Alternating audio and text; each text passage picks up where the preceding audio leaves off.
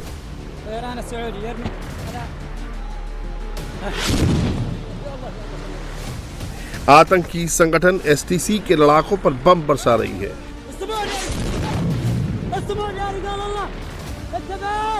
Saudi अरब का air strike इतना सटीक था कि एसटीसी के लड़ाकों को भागने का मौका तक नहीं मिला, जो जहां था वहीं ढेर हो गया। सऊदी अरब ने यमन के अल कतान शहर पर बम बरसाए, जिससे अल कतान शहर जल उठा। सऊदी अरब ने नए साल पर यह अटैक तब किया जब यूएई की फोर्स यमन से वापस लौट चुकी है। यूएई की फौज ने यमन को खाली कर दिया है। तब सऊदी अरब की फौज ने यमन पर एयर स्ट्राइक की।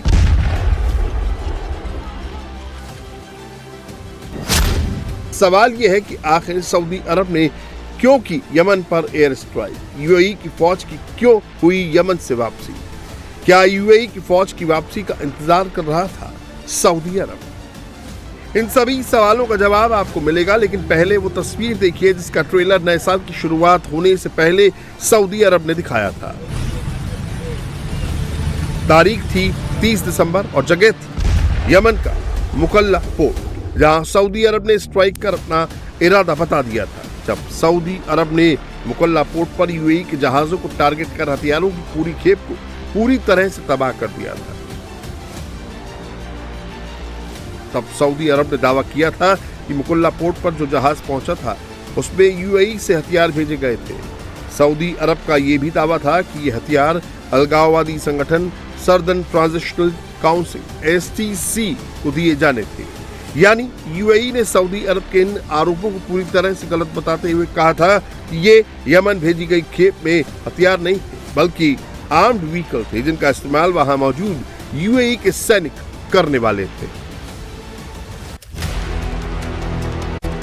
तब माना जा रहा था कि अब ये जंग सऊदी अरब बनाम यूएई होगी, लेकिन यूएई ने इससे अपना पैर खींच लिया। तब यमन ने यूएई की फौज को 24 घंटे के भीतर यमन छोड़ने का फरमान सुनाया, जिसके बाद यूएई ने यमन से अपनी फोर्स को वापस बुला लिया। लेकिन जैसे यमन से यूएई की फोर्स की वापसी हुई, वैसे ही सऊदी अरब ने एक बार फिर यमन पर एयर स्ट्राइक की और निशाने पर थे एसटीसी के लड़ाके।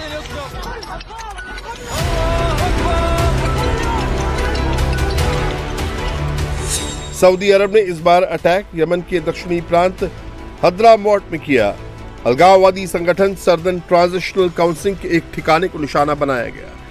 हमले में एसटीसी के 20 लड़ाके मारे गए, जबकि 20 से ज्यादा लोग घायल हो गए। सऊदी अरब की फौज की इस कार्रवाई को यमन सरकार ने सपोर्ट भी किया।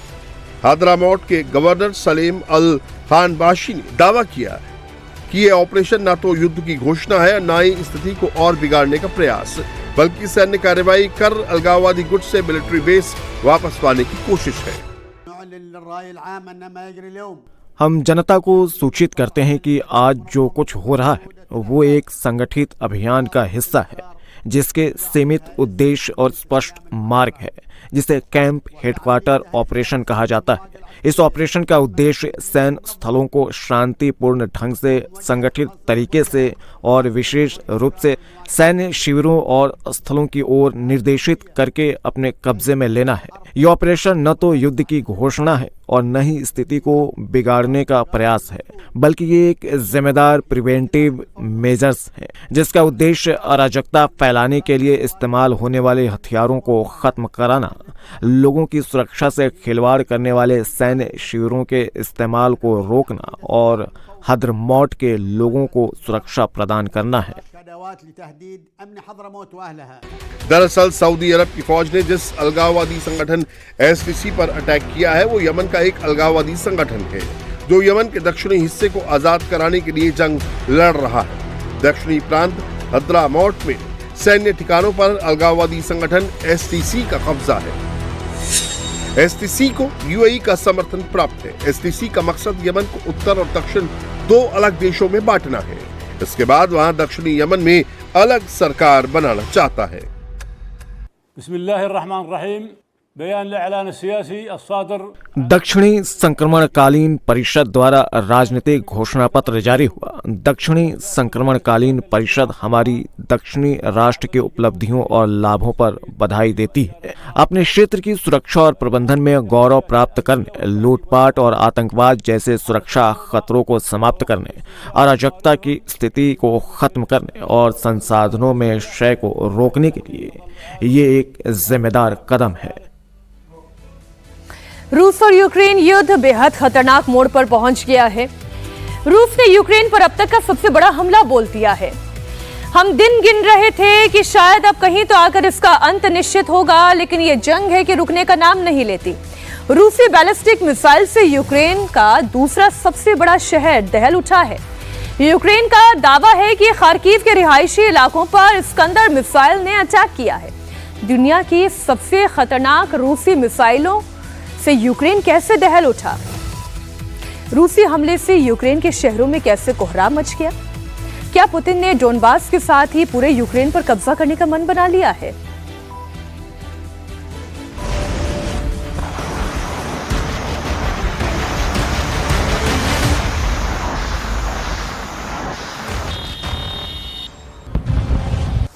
यूक्रेन के खिलाफ पुतिन का क्रोध, ज़ेलेंस्की से सबसे बड़ा प्रतिशोध। यूक्रेनी ड्रोन अटैक का बदला, मिसाइल हमले से खार्किव दहला। रूसी हमले से उड़ी ज़ेलेंस्की की नींद, यूरोपीय देशों से मदद की अपील। कड़ाके की ठंड के बीच जिस क्षेत्र में बारूदी धमाकों की रफ्तार रुकनी चाहिए थी वो पहले से भी ज्यादा तेज हो गई है। रूस ने यूक्रेन पर अब तक का सबसे बड़ा हमला किया है। रूसी हमले से यूक्रेन का दूसरा सबसे बड़ा शहर तबाह हो गया। रूस ने अपने बैलिस्टिक मिसाइल से खार्किव को दहला दिया है। रूसी सेना ने खार्किव के रिहायशी इलाके में 2 आवासीय बिल्डिंग्स को निशाना बनाया।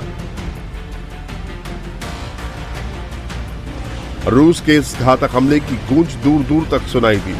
आग के गोलों के साथ ही आसमान में धुएं का बड़ा सा गुबार उठा। इस हमले में एक 5 मंजिला बिल्डिंग पूरी तरह से तबाह हो गई। बिल्डिंग के परखच्चे उड़ गए। पूरी बिल्डिंग मलबे में तब्दील हो गई। यूक्रेनी सेना के मुताबिक रूस ने अपने 2 स्कंदर बैलिस्टिक मिसाइल से खार्किव पर हमला किया। हमले में 2 लोगों की मौत हो गई, जिसमें से एक 3 साल का बच्चा भी शामिल है। साथ ही इस घातक हमले में 31 लोग घायल हो गए हैं। मिसाइल अटैक के बाद आसपास बिखरे मलबे में आग लग गई। चारों तरफ कोहराम मच गया। तबाही के बीच आनन फानन में फायर ब्रिगेड के साथ रेस्क्यू टीम पहुंची। बचाव कर्मी घायलों को अस्पताल पहुंचाने में जुटे हैं। दूसरी ओर मलबे में दबे लोगों की तलाश युद्ध स्तर पर चल रही है। हमारी जानकारी के मुताबिक मलबे के नीचे और भी लोग हो सकते हैं। मलबे को हटाने का काम जारी है। हर कोई क्षेत्र में काम कर रहा है। अभी मुख्य बातें ये हैं कि जितना संभव हो उतने लोगों को बचाया जाए। इससे एक दिन पहले यूक्रेन ने रूसी कब्जे वाले खेरसॉन पर ड्रोन अटैक किया था। काला सागर के तट पर स्थित रिसोर्ट सिटी खोरली में एक होटल और कैफे को निशाना बनाया था। इस हमले में 3 बच्चों समेत 28 लोगों की मौत हो गई थी। 60 से ज्यादा लोग घायल हो गए थे। ऐसे में रूस के मिसाइल हमले को इसी से जोड़कर देखा जा रहा है, लेकिन रूस ने इस हमलों से इनकार किया है। यूक्रेन के रूस पर किए गए ड्रोन हमलों के जवाब में पुतिन ने अपनी रणनीति में सबसे बड़ा बदलाव लाया है।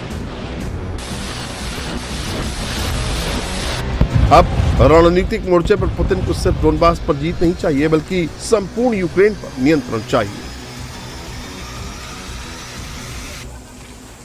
और इसी टारगेट को पाने के लिए रूसी सेना ने पूरी ताकत झोंक दी है। तबाही की तस्वीरें पूर्वी यूक्रेन के डोनेट्स्क की है। रूसी सेना यहां भारी तबाही मचा रही है।